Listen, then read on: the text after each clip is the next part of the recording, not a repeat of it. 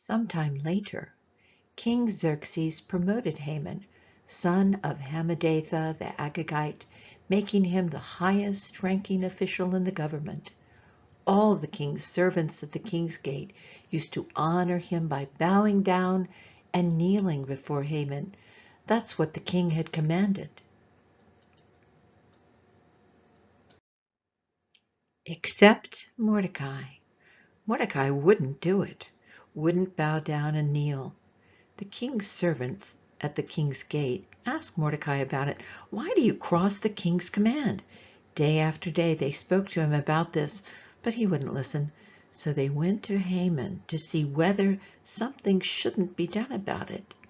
Mordecai had told them that he was a Jew. When Haman saw for himself that Mordecai didn't bow down and kneel before him, he was outraged. Meanwhile, having learned that Mordecai was a Jew, Haman hated to waste his fury on just one Jew.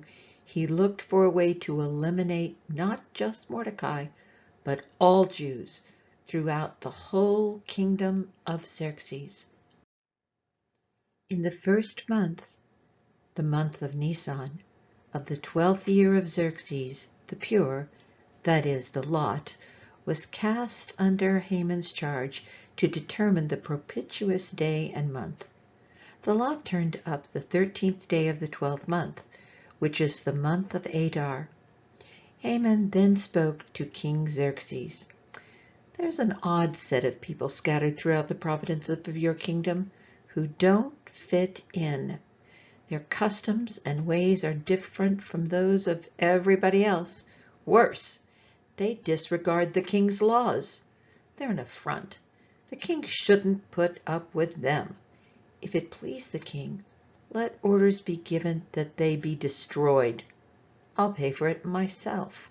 I'll deposit 375 tons of silver in the royal bank to finance the operation.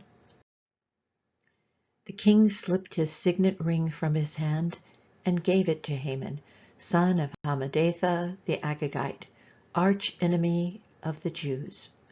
Go ahead, the king said to Haman. It's your money. Do whatever you want to with these people. The king's secretaries were brought in on the 13th day of the first month. The orders were written out word for word as Haman had addressed them to the king's satraps, the governors of every province, and the officials of every people.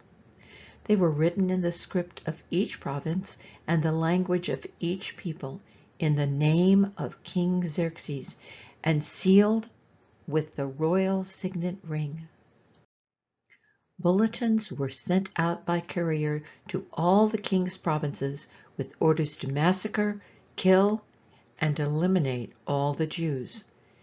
Youngsters and old men, women and babies, on a single day, the 13th day of the 12th month, the month of Adar, and to plunder their goods.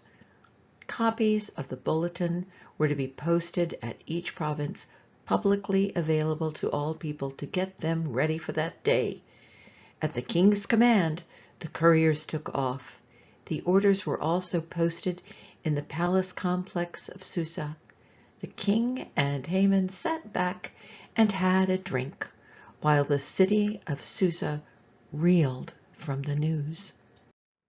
When Mordecai learned what had been done, he ripped his clothes to shreds and put on sackcloth and ashes. Then he went out into the streets of the city, crying out in loud and bitter cries. He came only as far as the king's gate, for no one dressed in sackcloth was allowed to enter the king's gate. As the king's order was posted in every province, there was loud lament among the Jews, fasting, weeping, wailing, and most of them stretched out on sackcloth and ashes. Esther's maids and eunuchs came and told her. The queen was stunned. She sent fresh clothes to Mordecai so he could take off his sackcloth, but he wouldn't accept them. Esther called for Hatak, one of the royal eunuchs, whom the king had assigned to wait on her, and told him to go to Mordecai and get the full story of what was happening. So Hatak went to Mordecai in the town square in front of the king's gate. Mordecai told him everything that had happened to him. He also told him the exact amount of money that Haman had promised to deposit in the royal bank to finance the massacre of the Jews.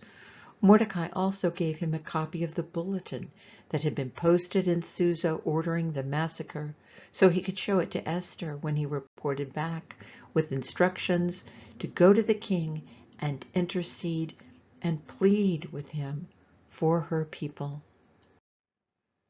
Hatak came back and told Esther everything Mordecai had said.